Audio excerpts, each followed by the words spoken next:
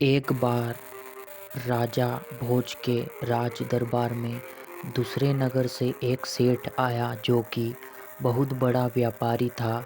राजा और सेठ में व्यापार की सभी बातें खत्म होने के बाद सेठ ने राजा से कहा, महाराज, हमारे मन में बहुत समय के से एक प्रश्न घूम रहा है जिसका आज तक कोई संतुष्टिपूर्व जवाब नहीं दे पाया है। तो आपके दरबार में कोई ऐसा है जो इस प्रश्न का जवाब दे सकता है? राजा ने कहा, आप प्रश्न अपना बताओ तो सही। राजा भोज के दरबार में आइए। उस सेठ ने राजा के सामने एक प्रश्न रखते हुए कहा कि यदि कोई मेरे प्रश्न का जवाब देता है तो हम सोने का 100 मुहावरे देंगे। सवाल यह था कि ऐसा कौन सा कुआं है जिसमें गिरने के बाद आदमी बाहर नहीं निकल पाता है। प्रश्न सुनते ही राज दरबार में मौजूद हर कोई अपने अपने दिमाग पर जोर देने लगा।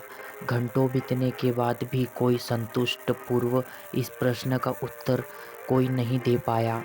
आखिर में राजा भोज ने राज पंडित से कहा कि इस प्रश्न का उत्तर 7 दिनों के अंदर लेकर आओ, वरना आपको अभी तक जो इनाम धन आदि दिया गया है वापस ले लिया जाएगा तथा इस नगरी को छोड़कर दूसरी जगह जाना होगा।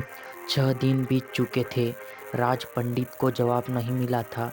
निराश होकर वह जंगल की तरफ गया। वहाँ उसकी भेंट एक घड़ियर से हुई। घड़ियर ने पूछा, आप तो राज पंडित हैं, राजा के दुल्हारे हो, फिर चेहरे पर इतनी उदासी क्यों है? यह घड़ियार मेरा क्या मार्गदर्शन करेगा? सोचकर पंडित ने कुछ नहीं कहा। इस पर घड़ियर ने पूर्ण उदासी का कारण पूछते हुए कहा, पंडित जी, हम भी सत्संगी हैं, हो सकता है आपके प्रश्न का जवाब मेरे पास हो, अतः निसंकोच कहिए। राज पंडित ने प्रश्न बताया और वह कि अगर कल तक प्रश्न का जवाब नहीं मिला तो राजा नगर से निकाल देगा। घड़ियार बोला, मेरे पास पारस है, उससे खूब सोना बनाओ। एक भोज क्या, लाखों भोज तेरे पीछे घूमेंगे। बस पारस देने से पहले मेरी एक शर्त माननी होगी, तुझे मेरा चेला बनना पड़ेगा। राज पंडित के अंदर पहले तो अहंकार जगा कि 2 कौड़ी के घड़ियर का चेला बनूं, लेकिन स्वार्थ पूर्ति हेतु चेला बनने के लिए तैयार हो गया। घड़िया बोला, पहले भेड़ का दूध पियो फिर चेले बनो। राज पंडित ने कहा कि यदि ब्राह्मण भेड़ का दूध पिए तो उसकी बुद्धि मारी जाएगी। मैं दूध नहीं पीऊँगा तो जाओ, मैं पारस नहीं दूंगा। घड़िया बोला। राज पंडित बोला, ठीक है, दूध पीने को तैयार हूँ मैं, आगे क्या करना है? घड़िया बोला, अब तो पहले मैं दूध को झूठा करूँ फिर तुम्हें पीना पड़ेगा। राज पंडित ने कहा, तू तो हद कर देता है, ब्राह्मण को झूठा पिलाएगा तो जाओ। घड़िया बोला। राज पंडित बोला, मैं तैयार हूँ झूठा दूध पीने को।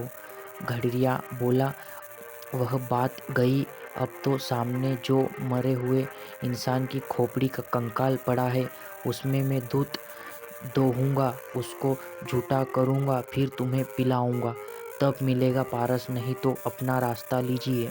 राज पंडित ने खूब विचार कर कहा, है तो बड़ा कठिन, लेकिन मैं तैयार हूँ। घड़ियार बोला, मिल गया जवाब, यही तो कुआं है, लोभ का, तृणा का, जिसमें आदमी गिरता जाता है और फिर कभी नहीं निकलता।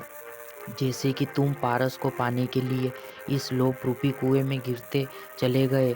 तो दोस्तों, इस कहानी में हमें यह सीख मिलती है कि जीवन में कभी भी लोभ, मोह, अहंकार में नहीं फंसना चाहिए। ये मनुष्य है पाए जाने वाले कुएं की भांति को निर्विकार है, जो मनुष्य के जीवन में परेशानी खड़ी कर देता है। इन निवृत्तियों के चलते मनुष्य अक्सर गलत कर्म करता ही रहता है, जिसके चलते उन कर्मों का अंजाम एक ना एक दिन जरूर भोगना पड़ता है।